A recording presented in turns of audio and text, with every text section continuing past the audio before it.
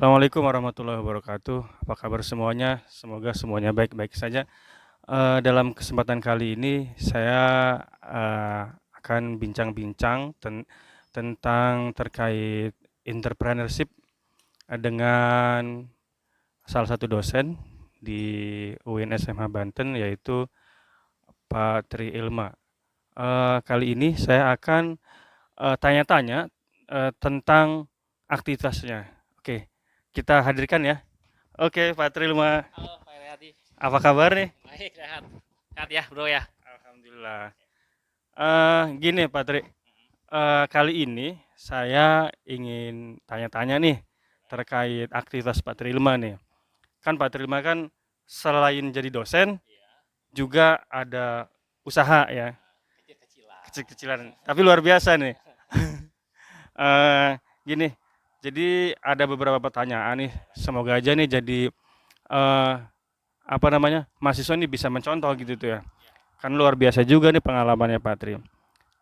Gini, yang pertama nih saya mau nanya, ya, kapan sih awal mulai Pak Tri Ilma eh, menjadi entrepreneur gitu?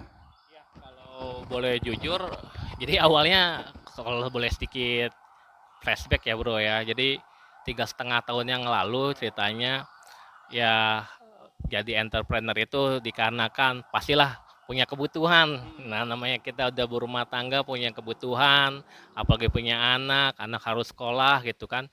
Kalau hanya mengandalkan gaji gitu, alhamdulillah sih cukup, kalau bejo cukup, namun kan pasti aja kurangnya gitu kan. Nah, ya udah kepikiran sama istri, yuk kita berwirausaha. Apalagi namanya kampus kalau boleh jujur itu ibaratkan gitu gula kalau kita analogikan. Jadi kayak gula di mana pasti banyak semut. Ya kan, bisnis apa aja pasti laku dari kampus. Iya, iya. Dari mulai kosan gitu kan, makanan segala macam. Nah, itulah yang saya tangkap gitu kan. Wah, ini kampus bisa dijadikan tempat berwirausaha. Namun kita pikir lagi nih, sebelumnya menganalisis pasar dulu nih, kira-kira apa nih yang laku gitu kan di masyarakat gitu, di kampus itu laku sesuai dengan budget mereka, isi kantong mereka. Ya udahlah, coba kita pertama-tama itu adalah bisnisnya tuh awalnya belum bukan makanan dulu, tapi bisnis kerudung. Oh Mereka gitu. itu awalnya bisnis kerudung dulu karena eh, seluruh mahasiswi di UIN kan berkerudung, berhijab, kita bisnis kerudung. Namun kan nggak mungkin nih saya yang jualan kerudung.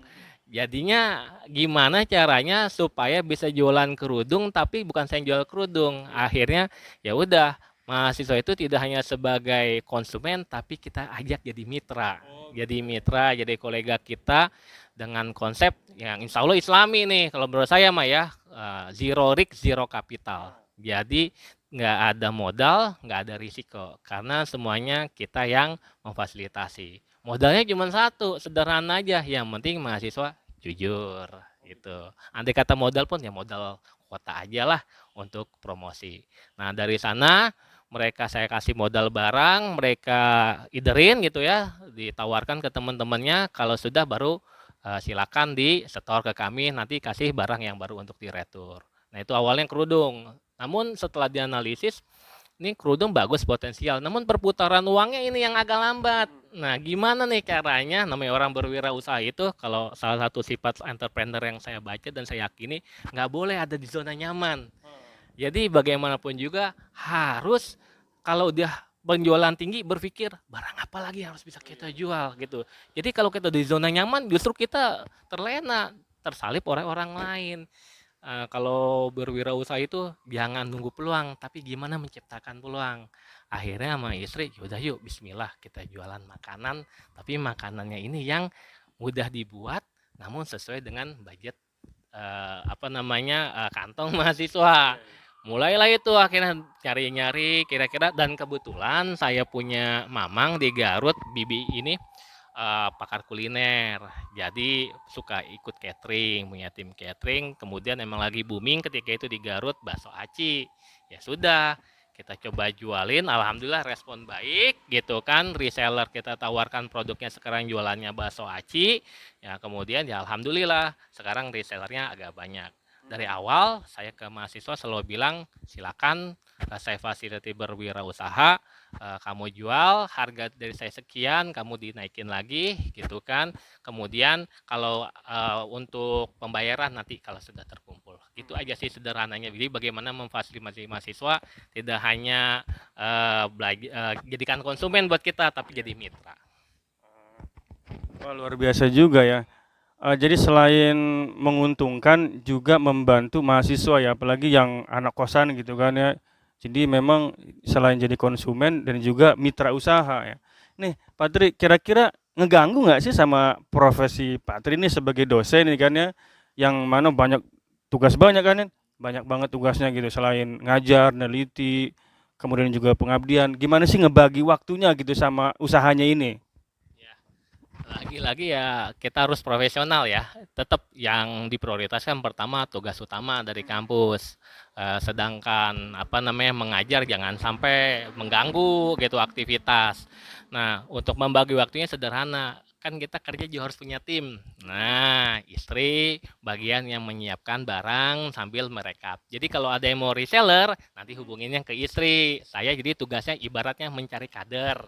Sedangkan istri itu yang menyiapkan barang, menyiapkan kembalian. Jadi ketika saya pulang berangkat ke kampus bawa barang pun sudah tinggal memberikan saja ke mahasiswa gitu.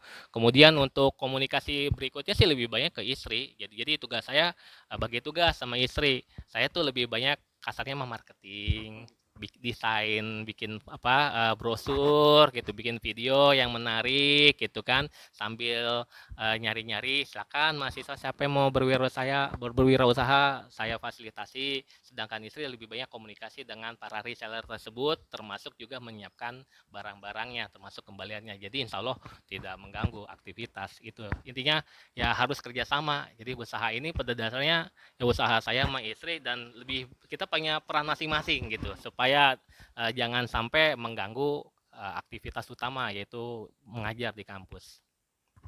Oh gitu ya. Memang usaha ini, harus ada kekompakan ya antara suami istri juga. Kalau misalkan, salah satunya nggak saling dukung ya memang sulit juga ya. Gini Pak Tri, pertanyaan terakhir nih. Kan Pak Tri selain menjadikan mahasiswa itu konsumen dan juga mitra usaha nih. Nah, kan nggak semuanya mahasiswi itu kan yang pede gitu kan untuk, berjualan gitu. Nah, gimana sih biar mahasiswa itu pede gitu loh untuk jualan itu? Ya, lagi-lagi saya bilang zaman sekarang itu eh, namanya untuk jadi kaya nggak harus nunggu tua, ya kan? Banyak kok sekarang orang-orang kaya termasuk Pak Menteri aja ya, Pak Nadiem masih muda tapi kan punya bisnis yang luar biasa gitu kan. Apalagi di revolusi industri 4.0 zaman sekarang udah banyak lah teknologi yang bisa kita pakai gitu ya. Jadi ibaratnya kalau jualan nggak perlu door to door zaman sekarang, cukup upload aja di sosmed gitu kan, bikin aja konten yang baik gitu, yang menarik supaya orang mau. Ya kan kita tinggal orang lihat mau silakan beli, kalau nggak mau ya sudah gitu. Jadi zaman sekarang mah nggak ada lah kalau mahasiswa malu untuk menawarkan, insya Allah enggak. Kemudian saya selalu bilang ke mahasiswa gitu, ya ada istilahnya do what you love or love what you do. Kalau kamu punya passion berwirausaha, ya udah kerjain aja, saya fasilitasi gitu kan. Nah, saya selalu bilang ke mahasiswa, kalau suatu saat kamu sudah bisa ini goal dari kita ya, selain zero risk zero capital, goal dari usaha kita adalah kalau suatu saat kalian sudah punya modal dan siap mandiri, silakan berwirausaha sendiri. Jadi tidak perlu lagi ngambil barang dari kita gitu. Justru kita tidak merasa disaingi atau merasa dicontek ilmunya, enggak lah. Insya Allah mah kalau rezeki mah udah punya masing-masing gitu ya. Jadi ibarat mah bisa mencotek caranya, tapi kalau rezeki kan Allah yang ngatur. Jadi jangan pernah takut lah yang dulunya kerja sama kita tiba-tiba jadi saingan kita, enggak, insya Allah enggak, insya Allah Allah udah kasih rezekinya masing-masing. Jadi intinya adalah bagaimana mahasiswa itu mentalnya jangan minta ke orang tua tuh ya, jadi minimal bisalah buat beli kuota sendiri gitulah, ya bisalah buat jajan gitu, ya kita bantulah orang tua gitu, ya udah mahal kan bayar kosan, bayar kuliah gitu, dengan bisa berwirausaha sendiri minimal buat jajan sendiri mah ada. Itu aja sih intinya, jadi supaya suatu saat nanti ya punya penghasilan tambahan gitu. Oke. Wah, luar biasa nih cerita dari Pak Tri Ilma ya, selain jadi dosen dan juga entrepreneur dan juga menghidupkan mahasiswa juga kan. Ini luar biasa banget. Ya, semua hal ini pastinya banyak manfaatnya dan teman-teman yang mau berjualan apapun itu yang penting halal ya patut dicontoh nih. Contohnya Pak Trilma selain jadi dosen dan juga berwirausaha luar biasa banget. Makasih banget nih Pak Trilma atas waktunya nih. Waduh, sukses saya. Oke, terima kasih teman-teman. Saya akhiri. Assalamualaikum warahmatullahi wabarakatuh. Didn't care, 'cause you were perfect, I swear.